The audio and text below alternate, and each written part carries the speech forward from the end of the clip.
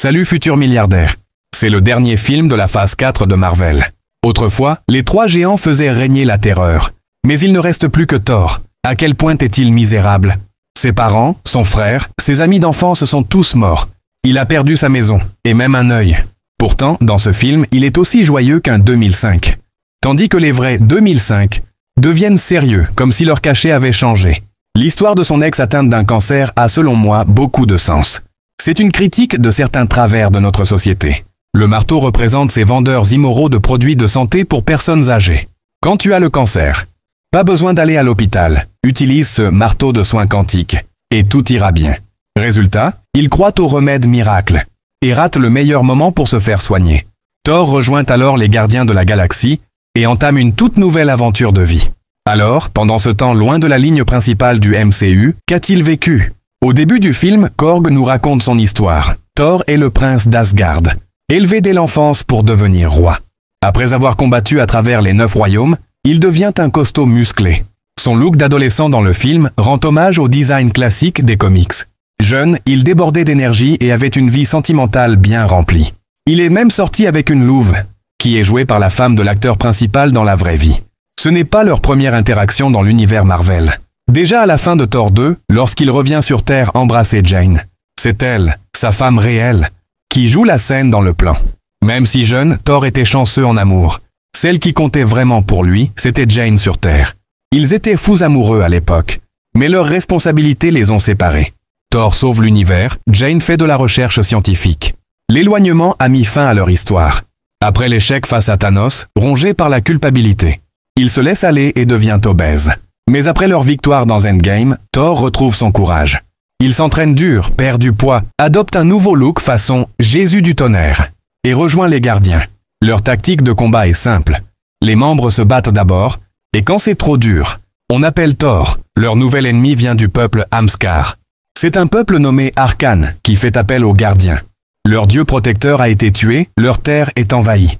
Après des flatteries du roi, Thor entre en mode combat. Cette scène d'action a l'air très bon marché. Dès le premier mouvement, Thor lance un coup de pied, tourne le corps dans les airs, puis fait un énorme saut pour frapper. Mais le plan suivant montre une frappe au sol. Même la hauteur n'est pas cohérente. Une voiture arrive, Thor, qui avait un marteau, se retrouve à main nue. Il lance la moto, adopte une pose de roi suprême, prêt à écraser tout un convoi. Mais une seconde plus tard, son marteau réapparaît pour une attaque de groupe. Ensuite, il se fait attaquer de deux côtés par deux voitures à 180 degrés. Normalement, elles devraient se percuter. Mais Thor, tel un dieu, choisit la pose la plus dramatique, rendant hommage à une vieille pub de voiture. Les deux véhicules accélèrent. Thor affiche une tête de constipation. Et au dernier moment, il saute. Mais pourquoi ne pas avoir sauté plus tôt? Ensuite, il entend la demande des Arcans, récupérer leur terre. Mais Thor en fait trop, détruisant le temple sacré des Arcans en même temps. Le roi, toujours aussi reconnaissant, offre le cadeau destiné au dieu protecteur aux gardiens. Mais plus qu'un cadeau, ça ressemble à un pot de vin. Magnifique, comme tu l'as accepté sans erreur avec toi. Oui, elles sont magnifiques. Les chèvres hurlantes, elles aussi, rendaient presque tout l'équipage fou. Jusqu'à ce que Thor plaisante en disant qu'il allait les cuisiner. Là, elles se sont enfin calmées.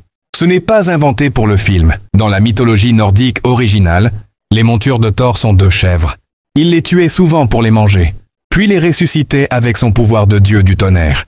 Leur sort est donc tragique. Elles doivent tirer le char et risquent d'être le dîner à tout moment. Les gardiens reçoivent alors un grand nombre de signaux de détresse. Quelqu'un est en train de massacrer les dieux. Les victimes sont retrouvées dans tous les coins de l'univers. L'auteur de ces meurtres s'appelle Gore, le boucher des dieux. Les corps sont placés dans des poses qui reproduisent fidèlement les scènes du comics original. Parmi les dieux assassinés, Thor reconnaît un vieil ami qu'il n'a pas vu depuis des années, Faligar. Il décide avec les gardiens de se séparer pour agir plus efficacement. Lors de l'au revoir avec Star-Lord, il se serre d'abord la main, puis Thor fait un geste bizarre, comme une pelle formée avec le bras. C'est en fait une vieille blague de Loki enfant, qui s'était transformé en serpent pour piéger Thor. Ensuite, Thor et Korg se téléportent vers la planète où se trouve Faligar. Près de lui repose le cadavre de Faligar, noyé. C'est un clin d'œil direct aux comics. Les habits de combat de Faligar sont fidèlement reproduits à l'écran. Traumatisé, il dit que Gore est un fou, et qu'il préfère mourir que de finir comme ça. Il crie « Si je ne meurs pas au combat, je n'irai pas au Valhalla !» Thor lui répond Tu dois mourir au combat, sinon tu n'iras nulle part. Entendant cela, Faliga reprend ses esprits. Dans la mythologie nordique, le Valhalla est un lieu sacré où seuls les guerriers les plus courageux peuvent entrer après leur mort. Y être accueilli est un honneur suprême. Mais dans ce film, les blagues forcées de Marvel rendent les personnages parfois ridicules. Gore, le tueur de dieux, était autrefois un simple mortel. Dans le désespoir, il priait les dieux de sauver sa fille mourante. Mais tout ce qu'il a reçu, c'est le silence. Sa fille est morte dans ses bras. Effondré, Gore s'est écroulé devant la tombe, attendant la mort. C'est alors qu'une mystérieuse voie l'a conduit vers une oasis. Là, il trouve de l'eau, de la nourriture et son Dieu. Ému, il s'agenouille et supplie, partage sa douleur. Mais le Dieu lui répond par un rire froid. Ce Dieu arrogant lui dit qu'il n'en a rien à faire des mortels. Il est là seulement pour célébrer, et considère ses fidèles comme de simples légumes qu'il peut récolter. Quand le Dieu tente d'étrangler Gore, l'arme maudite, la nécrolame, s'envole vers Gore. En la saisissant, il transperce le Dieu sur le champ. C'est ainsi que commence sa croisade contre les dieux.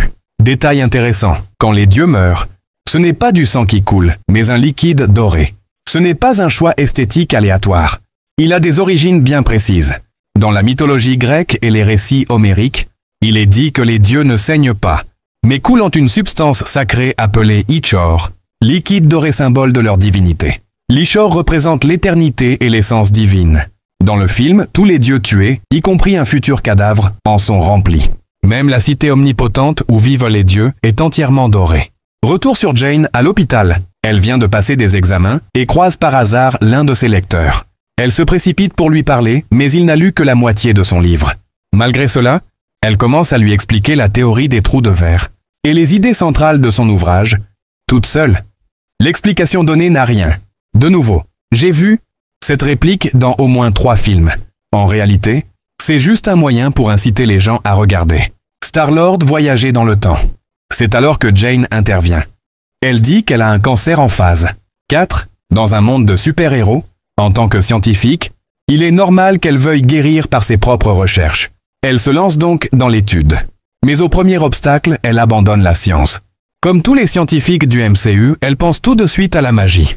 En feuilletant un livre sur la mythologie nordique, elle lit que le marteau de Thor peut conférer une énergie vitale puissante à son porteur. Autrement dit, si le marteau l'accepte, il pourrait la guérir de son cancer. Jane sent une lueur d'espoir renaître et décide de partir pour Nouvelle-Asgard, là où le marteau Mjolnir, désormais brisé, est conservé. On enchaîne avec une scène dans une sorte de parc à thème. Sur scène, Matt Damon rejoue en pièce de théâtre un moment dramatique du passé. Aujourd'hui, Nouvelle-Asgard n'est plus un royaume céleste, mais une destination touristique bondée. La déesse Valkyrie est devenue chef d'État, mais elle passe ses journées à faire des discours d'ouverture, des pubs et autres activités banales. Quant au marteau brisé, il est devenu une attraction populaire. Des gardes cosplay le protègent et Jane est perdue au milieu des touristes. Quand les visiteurs partent, elle reste observant les morceaux du marteau. C'est alors que le ciel s'assombrit et que les effets spéciaux de givre s'activent autour du marteau. Comme prévu, Asgard est attaqué cette nuit-là. Thor se précipite au combat, échange quelques coups. Et là, le marteau réapparaît. Il est contrôlé par une nouvelle détentrice de pouvoir, divin, Jane. Thor revient alors dans le film, dans une scène qui tarde à arriver dans ce 4e opus. S'ensuit une longue, très longue explication en diaporama sur pourquoi Jane peut soulever le marteau. C'est parce que Thor, dans le passé, avait enchanté Mjolnir pour qu'il la protège. Grâce à cette clause, Jane peut le porter. Et Captain America alors? Sa justice, on en fait quoi?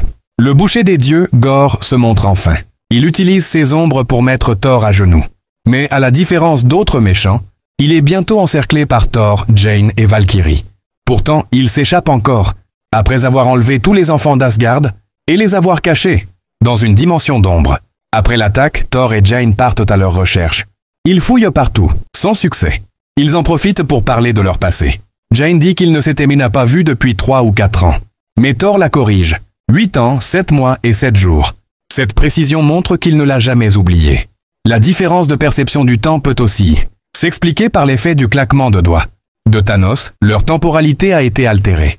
Le lendemain, face à la disparition des enfants et la mort de nombreux soldats, tout le monde est en panique. Thor tente alors de motiver la foule avec un discours solennel. Mais comme toujours avec Marvel, la scène sérieuse est vite cassée par une mauvaise blague. Désolé, c'est dur de faire un discours émouvant avec ce bruit-là. Tu fais quoi? Elle prend des notes. Précieuses minutes qu'on n'a pas. Bref, le discours ne sert à rien. Thor décide d'agir sans attendre. Et comme toujours, à ce moment d'émotion intense, Marvel place une nouvelle blague bidon. Thor rate son envol comme d'habitude. Un humour standardisé de super-héros, formaté et sans surprise. Toujours la même recette. Selon les informations, Gorr possède la Nécrolame Noire, une ancienne arme capable de tuer les dieux, née aux origines de l'univers. Dans les comics, elle est en fait constituée de symbiotes et appartenait autrefois au dieu des symbiotes, Knull. Avec cette lame, il a exterminé d'innombrables divinités avant qu'elles ne tombent entre les mains de Gorr. C'est ainsi qu'il est devenu le véritable boucher des dieux. Alors que tous sont dans l'impasse, le fils de Heimdall, Axel, contacte Thor. Il a hérité des pouvoirs de son père et peut voir à travers l'univers. Grâce à lui, Thor découvre l'environnement où les enfants sont enfermés et il comprend qu'ils se trouvent actuellement dans le royaume des ombres, un lieu où les pouvoirs de Gorr deviennent décuplés. Thor décide alors de se rendre dans la cité omnipotente, le lieu où résident toutes les divinités de l'univers. La légendaire divinité Zeus s'y trouve aussi. Avant le départ, chacun prépare son équipement. Face au miroir, Thor doute, il se trouve faible, craint d'être un poids et hésite à continuer. Mais Valkyrie le rassure immédiatement. Même s'il meurt, il ira au Valhalla. Et moi aussi j'aimerais bien y aller, plaisante-t-elle. Les guerriers asgardiens sont toujours prêts à se sacrifier. Avant de partir, Thor prononce encore un discours, simple mais sincère. Il promet de ramener les enfants. Il lève alors sa hache Stormbreaker, invoque le Bifrost et part pour la cité omnipotente, tiré par ses 2 chèvres géantes. Ils arrivent déguisés pour infiltrer l'assemblée divine. Sur place, on retrouve des dieux issus de multiples civilisations. Dieu Maya, serpent géant et même un dieu Baozi, un clin d'œil au court-métrage de Disney Bao.